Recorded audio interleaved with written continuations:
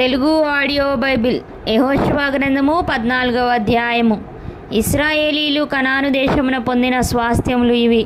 మోషే ద్వారా యెహోవా ఆజ్ఞాపించినట్లు యాజకుడైన ఎలియాజరును నూను కుమారుడైన యెహోషువయు ఇశ్రాయేలీల గోత్రముల యొక్క పితరుల కుటుంబముల ప్రధానులను చీట్లు వేసి 9 గోత్రముల వారికిని అర్ధగోత్రపు వారికిని ఆ స్వాస్థ్యములను పంచిపెట్టిరి.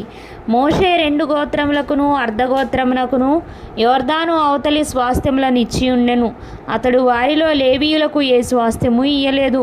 యోసేపు వంశకులకు మనష్షే ఎఫ్రాయిములను 2 గోత్రముల వారు నివసించుటకు పట్టణములను వారి పశువులకును వారి మందలకును పట్టణముల సమీప భూములను మాత్రమే కాక లేవీయులకు ఆ దేశమున ఏ స్వాస్థ్యము ఇయ్యలేదు. యెహోవా మోషేకు ఆజ్ఞాపించినట్లు ఇశ్రాయేలీలు చేసి దేశమును పంచుకొనిరి. యూదా వంశస్థులు గిల్గాలులో యెహోషువ యొద్దకు రాగా కెనెజీయుడగు యెఫున్నె కుమారుడైన కాలేబు అతనితో ఇలాగు మనవి చేసెను. కాదేషు బర్నేయలో దైవజనుడైన మోషేతో యెహోవా నన్ను గూర్చియు నిన్ను గూర్చియు చెప్పిన మాట నీవు ఎరుగుదువు. దేశమును వేగుచూచుటకు యెహోవా సేవకుడైన మోషే కాదేషు బర్నేయలో నుండి నన్ను పంపినప్పుడు నేను 40 ఏండ్ల వాడను. ఎవరికి నీ భయపడక నేను చూచినట్టే అతనికి వర్తమానము తెచ్చి తిని. నాతో కూడా బయలుదేరి వచ్చిన నా సహోదరులు జనుల హృదయములను కరుగజేయగా నేను నా దేవుడైన యెహోవాను నిండు మనస్సుతో అనుసరించి తిని. ఆ దినమున మోషే ప్రమాణము చేసి నీవు నా దేవుడైన యెహోవాను నిండు మనస్సుతో అనుసరించితివి గనుక నీవు అడుగుపెట్టిన భూమి నిశ్చయముగా నీకును నీ సంతానమునకును ఎల్లప్పుడూ స్వాస్థ్యముగా ఉండుననెను.